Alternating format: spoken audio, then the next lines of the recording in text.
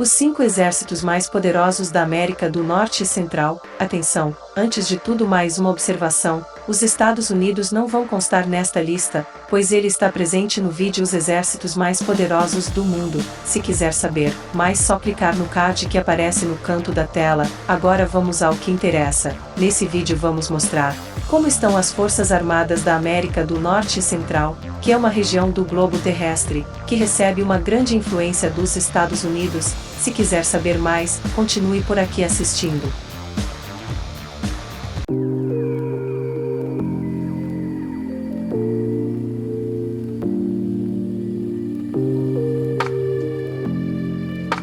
No quarto lugar, Guatemala, orçamento anual, 388 milhões de dólares, soldados ativos, 21.500, pessoal da reserva, 65 mil, paramilitares, 30 mil, força aérea, caças, nenhum, aviões de ataque, 4, aviões de transporte, 8, aviões de treinamento, 4, helicópteros de emprego geral, 17.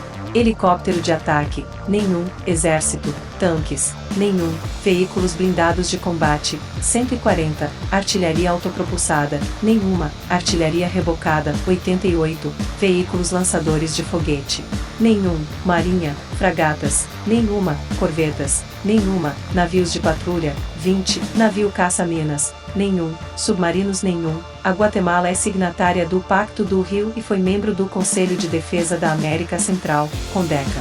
O presidente da República é o comandante-chefe. Antes de 1945, o Ministério da Defesa era denominado Secretaria da Guerra.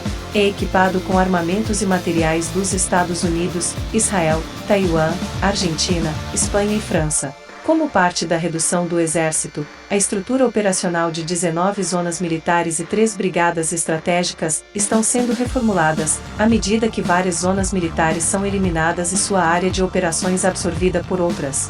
A Força Aérea opera 3 bases aéreas, a Marinha tem 2 bases portuárias. O Exército Guatemalteco tem uma unidade de forças especiais, especializada em guerra anti-insurgente na selva, conhecida como Caibiles. Seus pontos fortes: suas forças armadas utilizam o fuzil americano de batalha M16A2, que é um fuzil moderno e confiável, atualmente é usado pelas principais forças armadas do mundo. Seus pontos fracos são vários atualmente. Sua força aérea não tem nenhum avião de caça e opera o avião de ataque leve A-37 Dragonfly, que está bastante obsoleto para cumprir suas missões de ataque e patrulha aérea. Não possui nenhum tanque de combate, nenhuma fragata e submarino, que deixa seu litoral bastante vulnerável, pois é patrulhado por lanchas e pequenos barcos da marinha que não são bem armados.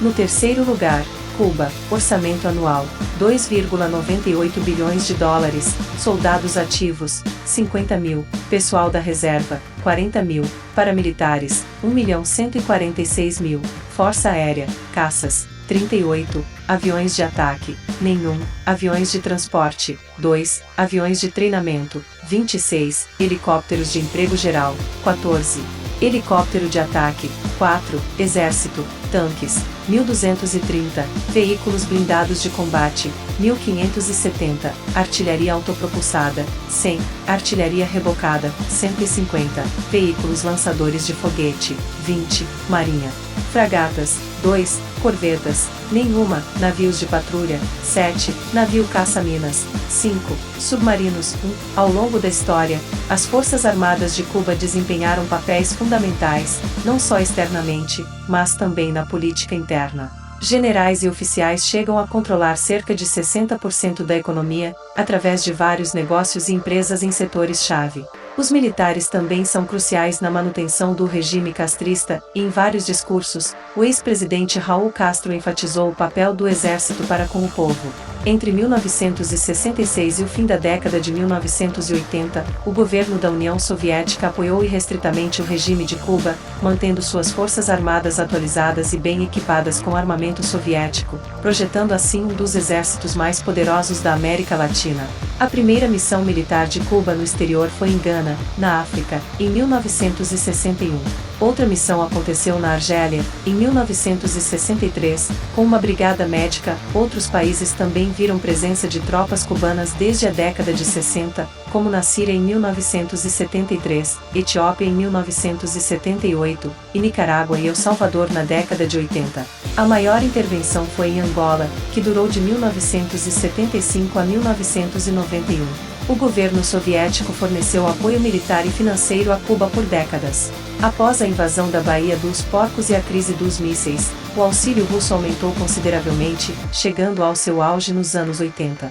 O poderio militar cubano caiu consideravelmente após o fim da União Soviética. As forças terrestres caíram de mais de 130 mil para 50 mil soldados. Segundo agências de inteligência dos Estados Unidos, nos anos 90, as forças armadas cubanas estavam desmoralizadas, seus equipamentos não tinham peças de reposição e estavam ficando obsoletos, mas ainda tinham boa capacidade defensiva. O governo de Cuba começou a investir mais em defesa civil.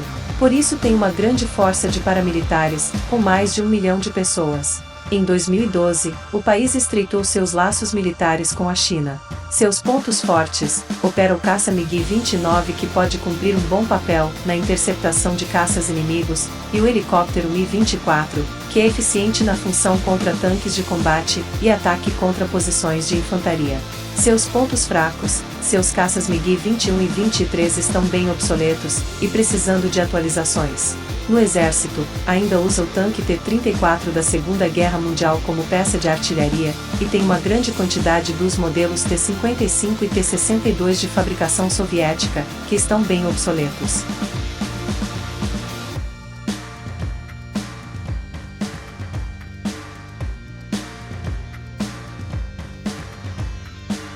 No segundo lugar, México, orçamento anual, 6,45 bilhões de dólares, soldados ativos, 250 mil, pessoal da reserva, 65 mil, paramilitares, 100 mil, força aérea, caças, 3, aviões de ataque, 33, aviões de transporte, 45, aviões de treinamento, 204, helicópteros de emprego geral, 159, helicóptero de ataque, 4, exército, tanques, nenhum, veículos blindados de combate, 3.425, artilharia autopropulsada, nenhuma, artilharia rebocada, 200, veículos lançadores de foguete, nenhum, marinha, fragatas, 5, corvetas, 7, navios de patrulha, 126, navio caça-minas, nenhum, submarinos, nenhum, compartilham entre si a missão de defender a integridade, independência e soberania da nação mexicana, além de zelar pela segurança interna, auxiliar e proteger a população e realizar obras de caráter social visando o desenvolvimento do país.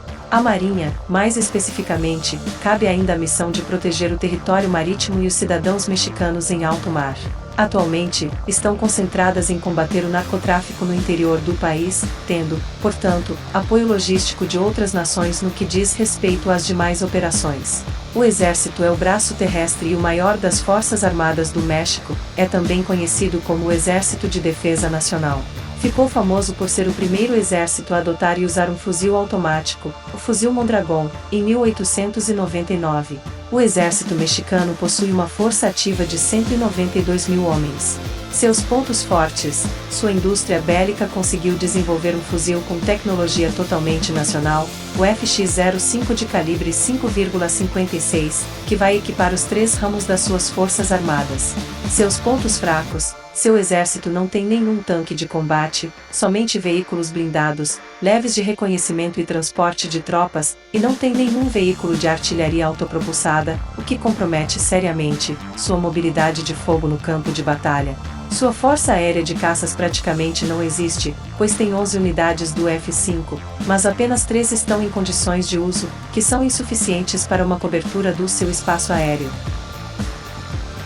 No primeiro lugar, Canadá, orçamento anual, 24 bilhões de dólares, soldados ativos, 70 mil, pessoal da reserva, 19 mil, paramilitares, 5.500, força aérea, caças, 68, aviões de ataque, nenhum; aviões de transporte, 36; aviões de treinamento, 133; helicópteros de emprego geral, 118; helicóptero de ataque, nenhum; exército, tanques, 82; veículos blindados de combate, 1524; artilharia autopropulsada, nenhum; artilharia rebocada, 162; veículos lançadores de foguete, nenhum; marinha, fragatas, 12; corvetas, nenhuma; navios de patrulha, 12; navio caça-minas, nenhum; submarinos, 4. O atual sistema das Forças Armadas do Canadá foi instituído em 1º de fevereiro de 1968, quando o governo uniu o Exército, a Marinha e a Força Aérea do país num único corpo unificado.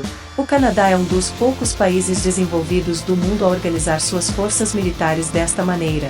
Segundo a Constituição do Canadá, a Rainha Elizabeth II é o comandante-em-chefe das Forças Armadas do Canadá.